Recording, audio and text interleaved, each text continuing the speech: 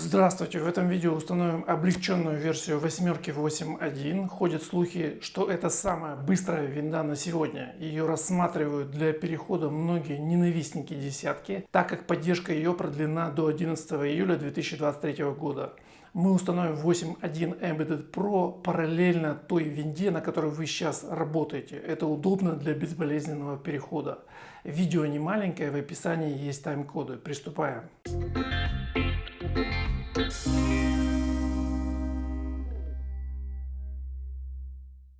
Для установки нам понадобится обычная флешка объемом 8 гигабайт или более и свободное место на жестком диске. Во-первых, для того, чтобы создать раздел для установки второй системы, ну и конечно для того, чтобы скачать ISO файл с Windows. Мы будем устанавливать обе операционные системы на один физический жесткий диск. Такая установка подойдет как для ноутбука, так и для стационарного ПК. Нам нужно скачать Windows 8.1 Embedded Pro. Это можно сделать совершенно легально с сайта Microsoft. Я подготовил для этого прямую ссылку прямо под этим видео, которое вы сейчас смотрите, в полном описании. Ссылка под номером 1.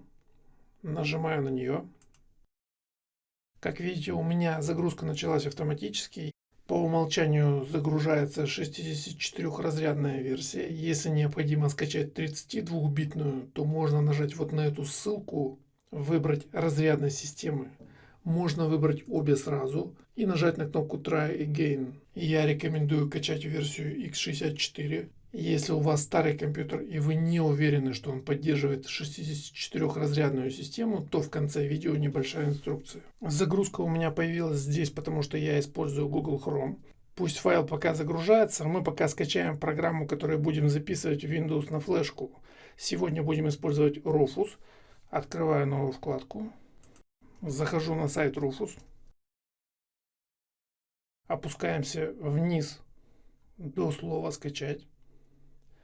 И вот здесь нажимаем на эту ссылку. В данный момент у меня здесь версия Rufus 3.8. Когда вы будете качать, возможно, номер версии изменится, но это принципиально ничего не меняет. Просто нажимаю на ссылку.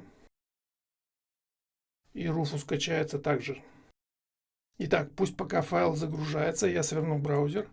В одном из предыдущих видео я установил на этот компьютер Windows 10 19.03 и сейчас хочу поставить Windows 8.1 Embedded второй системой, чтобы потестировать ее, оценить скорость и удобство работы в ней. Как я уже сказал, устанавливать будем ее на тот же самый физический диск. Нам нужно выделить место на этом диске для того, чтобы установить вторую систему. Нам нужно открыть управление дисками. В Windows 10 это сделать очень просто. Правая клавиша на кнопке «Пуск», управление дисками. Перед нами открылось управление дисками. Здесь вы видите, что у меня один физический диск. Кроме скрытых разделов, которые находятся вот здесь, у меня есть диск C, на который установлен Windows, а также раздел под файлы. Мы можем выделить место для установки системы либо на одном, либо на другом из этих разделов. Давайте в данном случае выделим место вот здесь. Для этого, разумеется, оно должно быть, это свободное место, то есть вот здесь в проводнике хорошо видно, что у меня диск файлы практически пустой, там совсем мало занятого места. Закрываю проводник. Чтобы выделить свободное место, просто нажимаю на нем правую клавишу и в контекстном меню выбираю «Сжать том». Сколько места выделить для устанавливаемой системы? Ну, для того, чтобы просто потестировать систему, в принципе, гигабайт 20 должно хватить. Если же вы собираетесь работать в этой системе, то, конечно, стоит выделить побольше места. Я сделаю, предположим, 25 гигабайт. Я ввел такую цифру и нажимаю на кнопку «Сжать».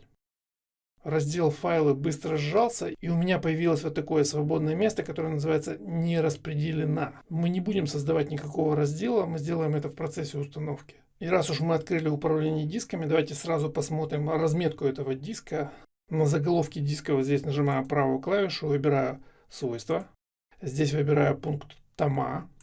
И мы видим здесь вот такую надпись. Это говорит о том, что мой диск размечен в стиле GPT. Если же у вас здесь вот такая надпись, значит ваш диск размечен в стиле MBR. Запоминаем эту информацию, закрываем все окна.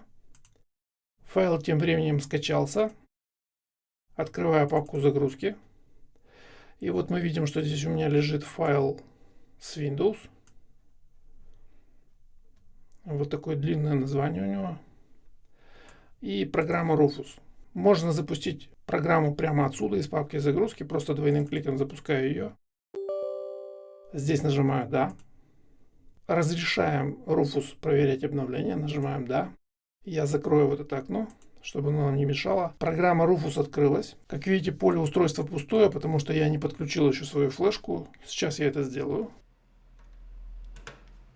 Я подключил флешку, как видите, она сразу же появилась в поле устройства. Сразу же предупреждаю о том, что если у вас есть на флешке какие-то нужные вам файлы, то обязательно сохраните их куда-нибудь, потому что флешка будет отформатирована. Кроме того, если вдруг у вас какая-то еще флешка подключена в данный момент к компьютеру, то рекомендую отключить ее, чтобы случайно не отформатировать. То есть оставим только ту флешку, на которую будем записывать Windows. Закрываю это окно. Итак, в поле устройства флешка. Далее нужно нажать на кнопку «Выбрать». Как видите, у меня сразу открылись загрузки. Если у вас как-то произошло иначе, то загрузки вы можете выбрать вот здесь. Например, так, да. Этот компьютер в загрузке. Нам нужно выбрать тот файл, который мы только что скачали с сайта Microsoft. ISO Files Windows. Я выбираю его, просто кликнув по нему. И нажимаю кнопку «Открыть». В следующем поле мы ничего не выбираем, оставляем по умолчанию стандартную установку Windows. Далее схема раздела. Здесь есть два варианта, MBR и GPT. Мы уже с вами посмотрели, что мой диск размещен именно в GPT. И устанавливать мы будем его на этот компьютер, который работает на UEFI, или как его чаще называют UEFI. Итак, если ваш диск также размещен в GPT, и ваш компьютер или ноутбук загружается с помощью современного UEFI, то оставляйте все так же, как сделал я. В принципе, мы готовы к тому, чтобы создавать флешку. Можно уже нажимать на кнопку «Старт». И я перед тем, как это сделать, обычно меняю здесь метку тома, чтобы сразу было понятно, что я подключил к компьютеру. Давайте напишем вот так. Windows 8.1, x64, русский GPT. Все готово, нажимаю кнопку «Старт». Здесь нас предупреждают о том, что все данные на флешке будут удалены. Мы уже с вами об этом поговорили. Нажимаю ОК. Программа Rufus записывает флешку. Дожидаемся окончания.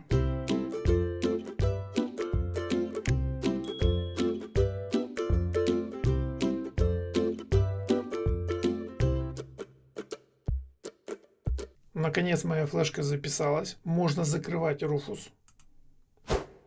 Чтобы установить Windows на компьютер с диском, размещенным в MBR, я запишу еще одну флешку. Я уже подключил ее к компьютеру. Она появилась в поле устройства. Нажимаю кнопку «Выбрать». Выбираю образ Windows. Нажимаю кнопочку «Открыть». Теперь в этом поле выбираю MBR. Эту настройку оставляем по умолчанию. Ну и здесь можно написать что-нибудь. Вот так. Готово. Можно нажимать кнопку «Старт». Здесь нас снова предупреждают, что все файлы на флешке будут уничтожены. Мы с вами уже об этом говорили. Нажимаю «Ок».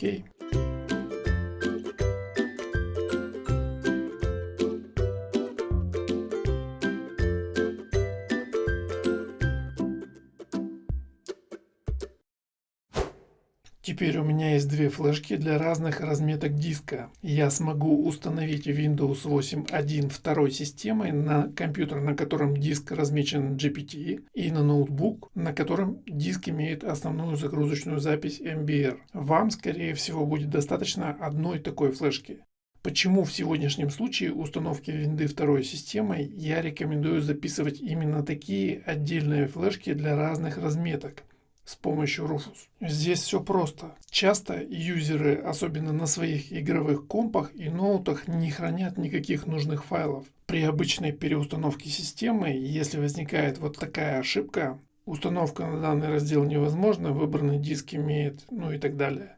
Такой юзер может запросто удалить все разделы с диска и переразметить диск в нужный стиль. Установщик Windows сделает это автоматически. В нашем случае мы заведомо оставляем разделы с первой системой и доустанавливаем вторую винду. Поэтому мы не сможем переразметить диск. И важно сделать флешку с правильной разметкой. Объяснение получилось слегка запутанным, но если вы сделаете все пошагово, как в видео, то ошибок быть не должно. Ну что, теперь приступаем к установке. Прежде чем начать установку, хочу предупредить особенно начинающих юзеров. Сейчас мы установим Windows 2 системой. Способ, которым мы это сделаем, стандартный, простой и работает он очень стабильно. Но в результате ваших неправильных действий ваш комп или ноут могут перестать загружаться. Это может произойти при любой переустановке системы. Чтобы подстраховаться, я рекомендую вам создать резервную копию системы. И я в своих видео показал, как это сделать стандартными средствами Windows, а также с помощью популярных программ Acronis и Aumei Backuper. Ссылки найдете в описании.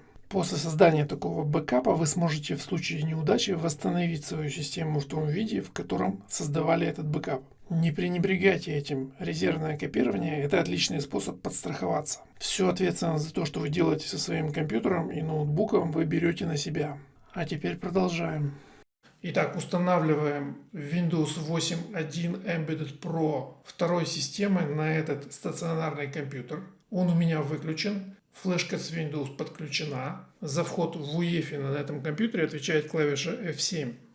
Я включаю компьютер кнопкой и нажимаю на клавишу F7.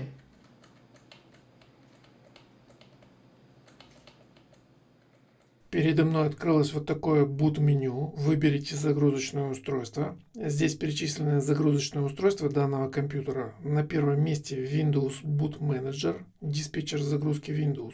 Если выбрать его, то компьютер загрузится с жесткого диска, который здесь прописан. В данном случае у меня это SSD. На втором месте USB Flash Drive. Это, как понятно по первым буквам, устройство, подключенное к USB разъему компьютера. Это и есть моя загрузочная флешка. На этом компе отсутствует дисковод, поэтому в данном меню отображаются только два устройства. На третьем месте вход в режим настройки, выбрав который мы попадем в настройки UEFI. Сейчас мы этого делать не будем, у нас другая тема видео. И если выбрать второй пункт Boot меню, то компьютер сразу загрузится с флешки. Boot меню удобен еще и тем, что мы не меняем ничего в настройках UEFI или BIOS, а просто один раз загружаемся с флешки, что для установки Windows вполне достаточно. При этом после установки Windows нет необходимости снова заходить в UEFI или BIOS, чтобы вернуть настройки в первоначальное состояние. Давайте так и сделаем. Я перемещаюсь на пункт с флешкой и нажимаю на клавишу Enter. Компьютер загружается с флешки.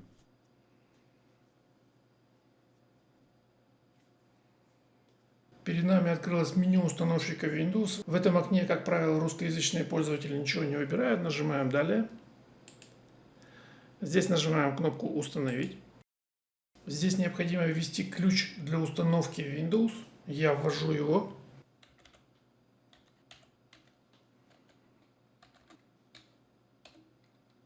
Я ввел ключ, вы можете перепечатать его прямо отсюда или скопировать из текстовой версии инструкции. Ссылка есть в описании. Нажимаю кнопку «Далее».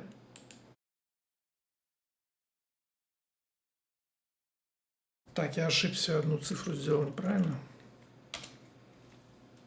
Вот так.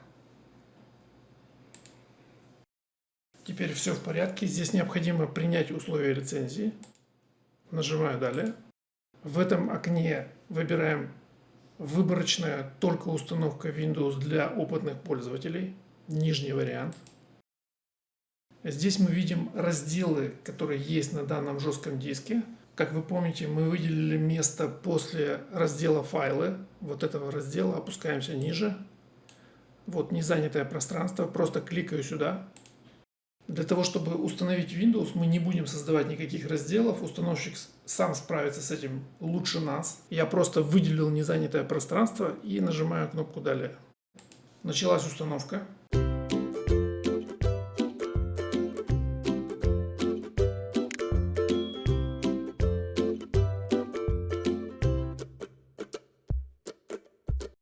При первой перезагрузке компьютера отключаем флешку. Она больше не нужна. Как видите, уже появилось загрузочное меню, я не успел ничего выбрать. Установщик автоматически выбрал нужный пункт и доустанавливает Windows 8.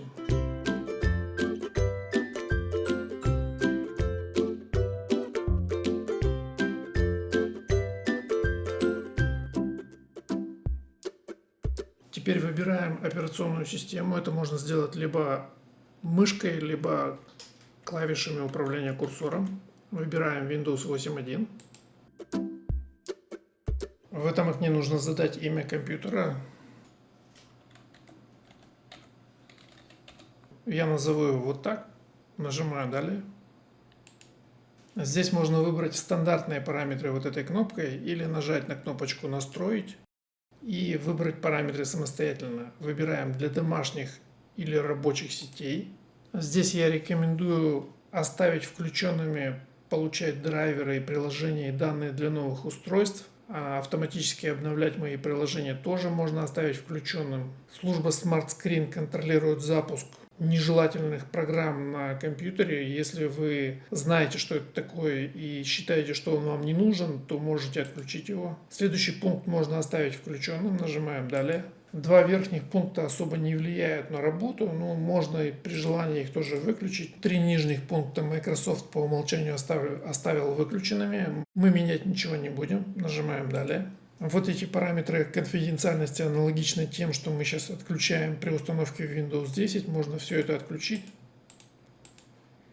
Единственное, что можно оставить, это улучшить защиту от вредоносных программ, отправляя данные файлы в Microsoft Active Protection Service. Решайте сами, как быть с этой настройкой. Я оставлю ее включенным. Нажимаю «Далее». Здесь нам сразу же предлагают войти в учетную запись Microsoft. Я этого делать не буду. Для того, чтобы пропустить вход в учетную запись Microsoft, нужно нажать вот на эту кнопку «Создать новую учетную запись». А в этом окне нажимаем «Создать локальную учетную запись». Здесь необходимо ввести имя пользователя этого компьютера. Я ввожу свое имя. Пароль можно задать позже. Нажимаю «Готово».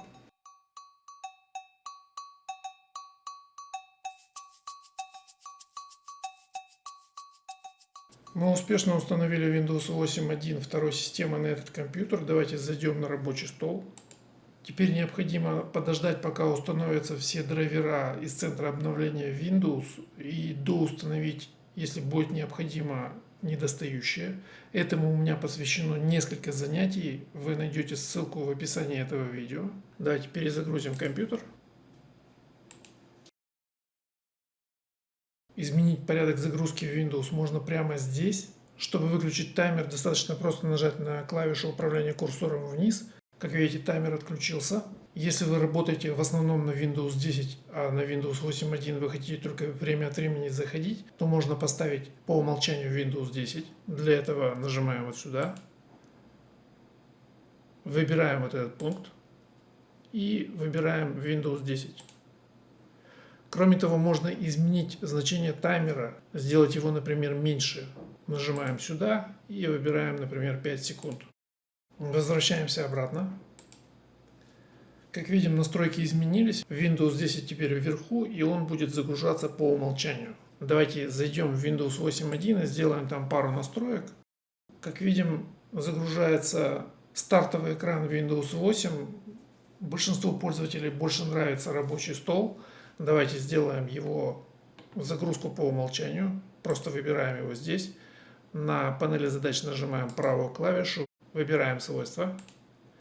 Здесь переходим на вкладку «Навигация» и ставим галочку вот здесь.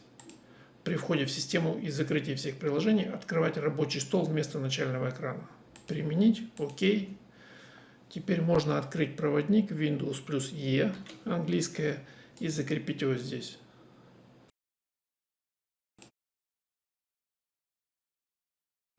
Здесь можно посмотреть, в этой системе теперь 3 раздела. Локальный диск C – это тот раздел, на который мы установили Windows 8.1. Локальный диск D – это раздел, на который установлен Windows 10. Ну и раздел файлы остался невредимым, то есть здесь у нас хранятся нужные файлы. Давайте перезагрузим компьютер. Можно быстро это сделать с помощью комбинации клавиш Alt плюс F4. Выбираем перезагрузку.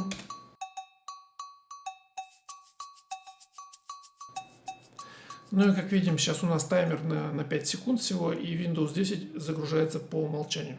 Теперь давайте посмотрим в проводнике Windows 10.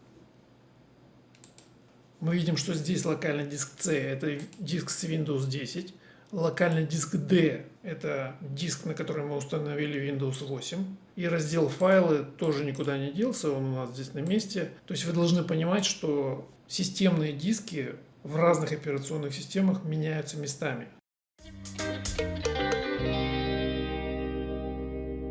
Теперь установим ту же восьмерку на этот ноутбук с Windows 7. Здесь у меня разметка MBR и гибридный BIOS. В первом случае я выделил место под установку восьмерки на разделе под файлы. Здесь такой тоже есть с меткой «Новый том». Теперь давайте заберем место у системного раздела с Windows. Разумеется, для этого на диске C должно быть достаточно свободного места. Здесь его не так много, но я думаю, что впритык хватит. Открываю управление дисками. В Windows 7 это можно сделать, нажав правую клавишу на компьютере и выбрав управление. Здесь выбираем управление дисками. Давайте на всякий случай проверим разметку. Правая клавиша на заголовке диска. Свойства. Вкладка «Тома». Здесь видно, что разметка у меня MBR. Закрываю. Теперь нам нужно сжать раздел C. Нажимаю на нем правую клавишу и выбираю пункт «Сжать том». Если этот пункт у вас не активен, то попробуйте вариант с другим разделом или попробуйте воспользоваться сторонними программами для изменения размера разделов. У меня есть такое видео, ссылка в описании. Нажимаю «Сжать том». Здесь у меня совсем маленький винчестер, поэтому выделю по минимуму 20 гигабайт. Нажимаю «Сжать». Готово. У меня появилось нераспределенное место на диске. Можно переходить к установке. Завершаю работу Windows.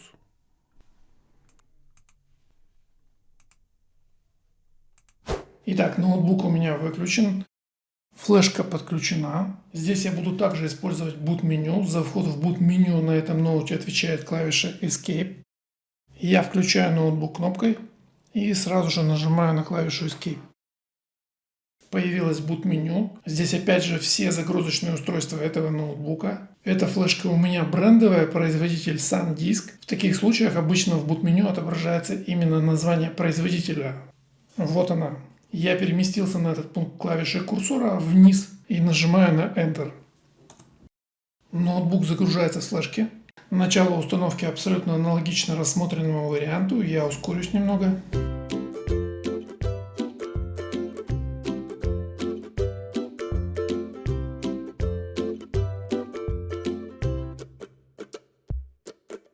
А вот здесь спешить не будем. Мы видим структуру диска, характерную для разметки MBR. Здесь, как правило, один раздел загрузчика и раздел, на котором установлен Windows. Тот, что в загруженной системе, имеет букву C. Кроме того, здесь у меня раздел с данными с меткой «Новый том», а также незанятое пространство на диске 0, которое я только что выделил. Обратите внимание, что на диске, размеченном в MBR, может быть только 4 основных раздела. Таким образом, если у вас уже было 4 основных раздела на диске, создать еще один не удастся. Есть вариант создать так называемый расширенный раздел, но это уже отдельная история.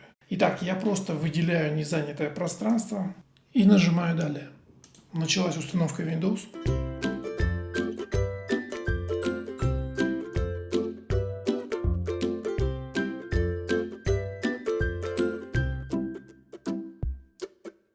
При первой перезагрузке отключаем флешку.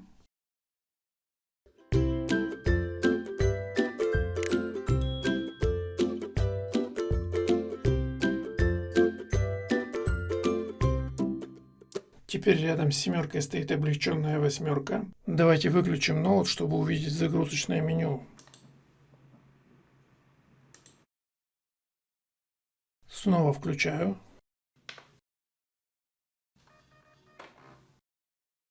Обратите внимание, что когда мы перезагружаемся или завершаем работу из восьмерки, то меню выбора Windows имеет вот такой более современный плиточный вид. Здесь мы можем аналогично первому фрагменту изменить систему, загружаемую по умолчанию. Для этого нажимаем сюда. Теперь на кнопку «Выбрать ОС по умолчанию». И здесь выбираем ту систему, которая у нас основная. Пусть это будет семерка. Теперь можно изменить время таймера отсчета. Нажимаю. Выбираю 5 секунд. Возвращаемся назад. И видим, что семерка теперь сверху. Давайте загрузим семерку. Выбираю ее. Семерка загрузилась. первом фрагменте я уже говорил, что диск C в каждой системе свой. То есть в семерке диском C является диск, на котором и установлена семерка, а на другом разделе установлена восьмерка. Новый том с файлами — это третий раздел. Снова перезагружаемся, теперь уже из семерки. Обратите внимание, что когда мы перезагружаемся из семерки, то здесь уже вот такое более старое меню выбора OS. В этом меню семерка хоть и стоит на втором месте, но выделена именно она, поэтому она и загрузится через 5 секунд таймера, который мы только что настроили. Я поставил видео на паузу, включаю, таймер пошел, и если пока идет отсчет поменять выбор системы, то таймер отключается. Теперь ноут будет ждать, пока мы не выберем нужную систему и не нажмем Enter. Я выбрал опять восьмерку, нажимаю Enter, она загружается. Благодаря такой двойной загрузке вы сможете попеременно работать в обеих системах, тестировать, устанавливать программы, игры и так далее. Быстро определить, поддерживает ли ваше железо 64-битную систему, можно с помощью маленькой утилитки. Ссылка на нее есть в описании этого видео. В полном описании ссылка номер 3. Нажимаю. На сайте утилиты опускаемся ниже по странице до этой широкой кнопки Download. На эту рекламу не нажимаем. Здесь нажимаем вот на эту кнопку. У меня здесь Internet Explorer на английском, но ничего страшного. Качаем файл как обычно, открываем папку загрузки и просто запускаем.